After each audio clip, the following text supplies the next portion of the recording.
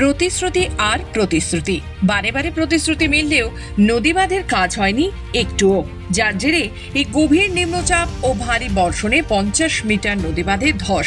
এমনটাই অভিযোগ গ্রামবাসীদের। দক্ষিণ 24 পরগনা জেলার নামখানা গ্রাম পঞ্চায়েতের মহারাজগঞ্জ এলাকায় আনুমানিক 50 মিটার নদী বাঁধ ধসে যাওয়ায় আতঙ্কে পাহারা দিচ্ছেন এলাকার মানুষজন। তাদের অভিযোগ, দীর্ঘ কয়েক বছর ধরে নদী বাঁধ বেহাল অবস্থায় রয়েছে, আর এই বেহাল থাকার কারণে নদী বাঁধ ভাঙতে ভাঙতে অবশেষে নদী কূলবর্তী এলাকায় যে বাড়িঘর রয়েছে সেই বাড়িঘরের কাছাকাছি পৌঁছে গেছে নদীর ভাঙন।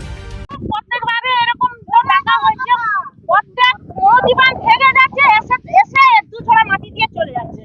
হ্যাঁ, এবারে এদিকে ছিল আসে তো পঞ্চায়েত থেকে বললাম, হ্যাঁ যাচ্ছি, এসে দু ছড়া মাটি দিয়ে চলে যাচ্ছে। এখন সমস্যা, আমরা কোথায় যাবো? আমরা কোথায় যাবো? বাচ্চাই তো একেবারে বাচ্চা কাচ্চা, এই তো ঘর, আমরা কোথায় যাবো? তবে দক্ষিণবঙ্গে যে কয়েকটি দিন ধরে মুষলধারায় ভারী বৃষ্টিপাত হচ্ছে। এই বৃষ্টিপাতের কারণে রবিবার মহারাজগঞ্জ এলাকায় আনুমানিক 50 মিটার নদী বাঁধ ধস নেয়, আর যার ফলেই আতঙ্কে নদী বাঁধ পাহারা দিচ্ছে এলাকার মানুষ। এখানে বোল্ডার ফেলাবে, অনেক প্রতিশ্রুতি দিয়ে গেল, বলে আমরা এইখানে আগে বোল্ডার করবে, বোল্ডার করলে তবে যা এখানটা বাঁধ আটকাবে। কিন্তু সব কিছু হয়ে গেল, সব বোল্ডার ওধারেই পড়ে গেল, কিন্তু আমাদের এই একটাও এখানকে এলো না। এখন কি পরিস্থিতি? এখন পরিস্থিতি এই তো, আমরা আমাদের থাকার মতো বন্যার জোয়ারে চলে যাবে। এই তো এখান থেকে যদি পুরো বাঁধটা যদি ভেঙে যায়। এলাকার মানুষজনের দাবি, এর আগে একাধিকবার সুন্দরবন উন্নয়ন মন্ত্রী তাদের প্রতিশ্রুতি দিয়েছিল, কিন্তু আদৌ তাতে কোনো কাজ হয়নি। পাশাপাশি অস্থায়ী নদীবাঁধ না করে একটি স্থায়ী নদীবাঁধ যাতে করা যায়, সরকারের কাছে স্থানীয় লোকজন, প্রশাসন ও নেতৃত্বকে বারে বারে জানানোর পরেও কোনো ফলই হয়নি।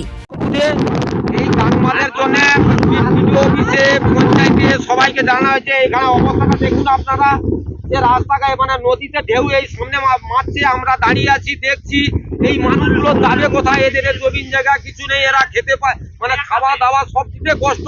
মানুষ কি অশান্তিতে ভাবে আছে, এই নদী ভাঙে না শুতে পারছে, না খেতে পারছে। নদী ভাঙ ছেড়ে কোথায় যাবে? এদের জায়গাও নেই, কিছুও নেই। এরা যে পরিস্থিতি আছে, এদের ভিডিও অফিসে জানা হয়েছে, পঞ্চায়েতে জানা হয়েছে, যারা কিছুই কাজ করছে না। এদের দুজোড়া করে মাটি দেয়, এরা চলে যায়, এদের কাজকর্ম কোনো করছে না। আমরা এখন কি করবো? আমরা কি পরিস্থিতিতে দাঁড়াবো এখানে? এখন উন্নয়ন মন্ত্রী বঙ্কিমচন্দ্র হালদার এসে বাঁধের ব্যাপারে, কাঁচা ফেলানোর ব্যাপার এবং স্থায়ী বাঁধের ব্যাপারে সবসময় জন্য বলা হয়েছে। কোনো প্রকারের স্থায়ী বাঁধ হয়নি, শুধু টেম্পোরারি কাজ।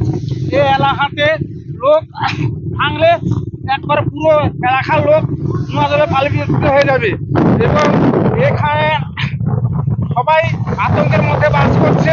এবং এখানে ধসলে, কিছুটা আগে একটা মহিলা মারা গেছে এই নদী বাঁধে ধসলে, মাটি চাপা হয়ে চলে গেছে। অগত্যা এখন নদীর ধারে আতঙ্কে নদীবাঁধ পাহারা দিতে হচ্ছে এলাকার মানুষজনকে। দক্ষিণ 24 পরগনা থেকে অরিজিৎ মণ্ডলের রিপোর্ট, খবর বাংলা।